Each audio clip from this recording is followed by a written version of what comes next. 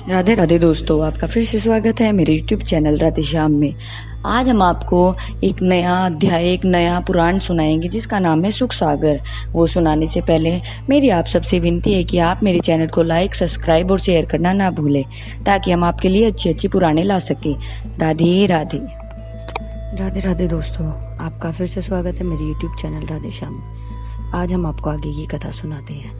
अर्थात मेरी नीति से समस्त प्रकार के सुख और आपकी नीति से समस्त प्रकार के कष्ट ही कष्ट है। गुरुदेव, आप यह मान लीजिए, यदि वह वामन धारण पुरुष है तो इसे 3 पग भूमि देने से मेरा कुछ भी नहीं बिगड़ता, और यदि ये साक्षात परमेश्वर है तो मेरा ये अहोभाग्य होगा कि त्रिलोकीनाथ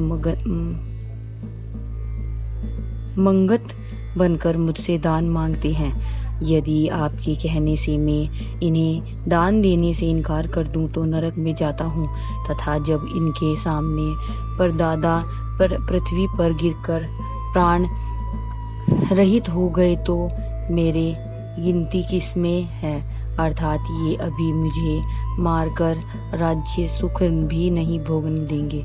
गुरुदेव, इसलिए मुझे इनको 3 पग भूमि अवश्य ही दान देकर जगत में यश और स्वर्ग दोनों लेने चाहिए। हे श्री सुखदेव जी बोले, हे राजा परीक्षित, दैत्यराज बलि के मुख से ये वचन सुनकर दैत्य गुरु शुक्राचार्य बोले, हे दैत्यराज, वैसे तो आपका कथन बिल्कुल सत्य है, लेकिन दैत्यराज अपना सब कुछ दान देकर भिखारी होना नीति के विरुद्ध है।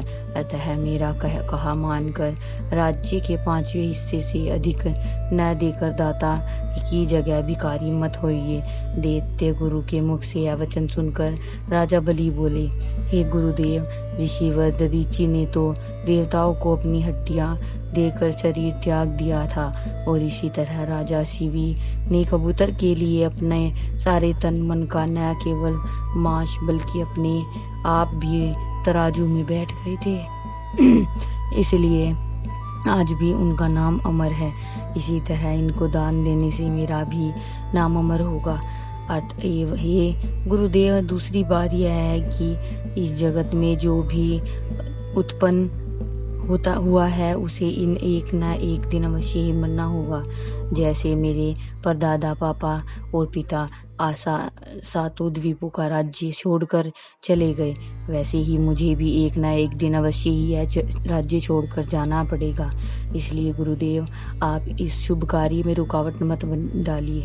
श्री सुखदेव जी बोले, हे राजन, यह कहकर दैत्यराज बलि ने सोने का गंगा सागर लेकर भगवान वामन को संकल्प देना चाहा। त्यों ही दैत्य गुरु शुक्राचार्य अपना सूक्ष्म रूप बनाकर उस गंगा सागर में की टोटी में घुस गए। जब गंगा सागर में से पानी नहीं आया तो उसकी नलकी को साफ करने के लिए उसमें जैसे ही कुशा की सींक डाली, वैसे ही शुक्राचार्य की एक आंख फूट गई। दर्द से बिलबिलाते हुए शुक्राचार्य ने क्रोध में राजा बलि को शाप दिया, दैत्यराज, तेरे धन और राज्य का नाश हो।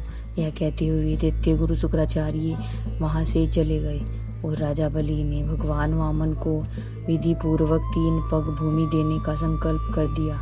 श्री सुखदेव जी बोले, हे राजा परीक्षित, शुक्र से शिक्षा लेकर मनुष्य को कभी भी किसी के अच्छे कर्म में बाधा नहीं डालनी चाहिए, नहीं तो मनुष्य जगत में दुख और अपयश लेकर अंत में नरक को भोगेंगे।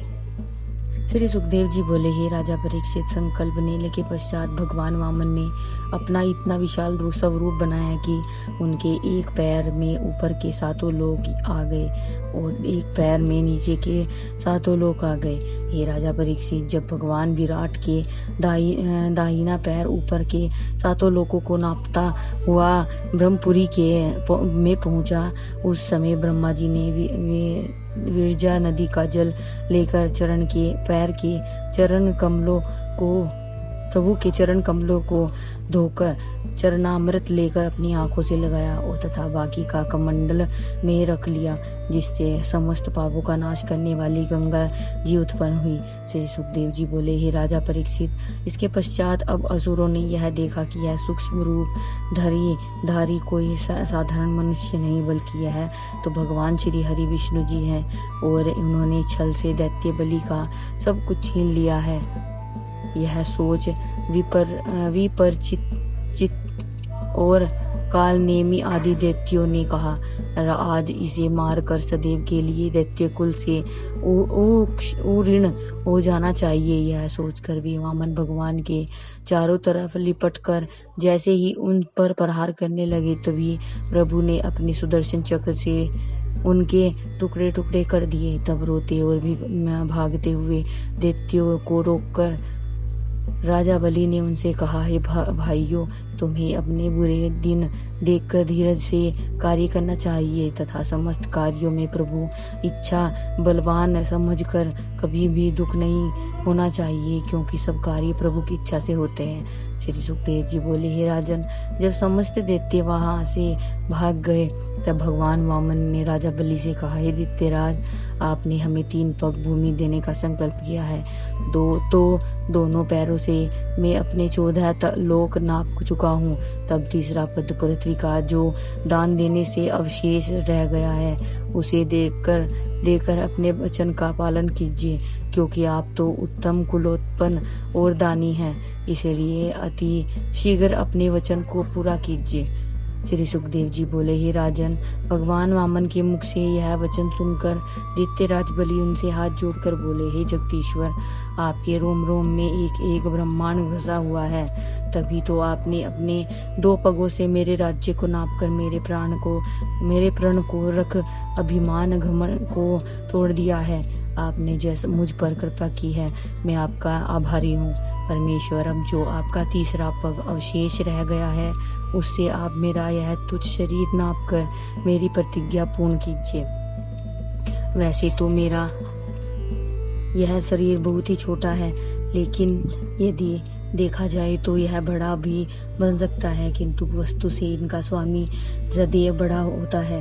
इस न्याय से जब मेरा राज्य आपके 2 पैरों से नप गया है, तो क्या कारण है कि मेरा यह शरीर कम से कम 3 पगों द्वारा ना नापा जाए। मगर मुझे देनी है लेकिन केवल 1 पग भूमि, इसलिए इस हिसाब से तो अधिक है, मगर उसके बदले में मेरे संपूर्ण शरीर को ही नाप लीजिए।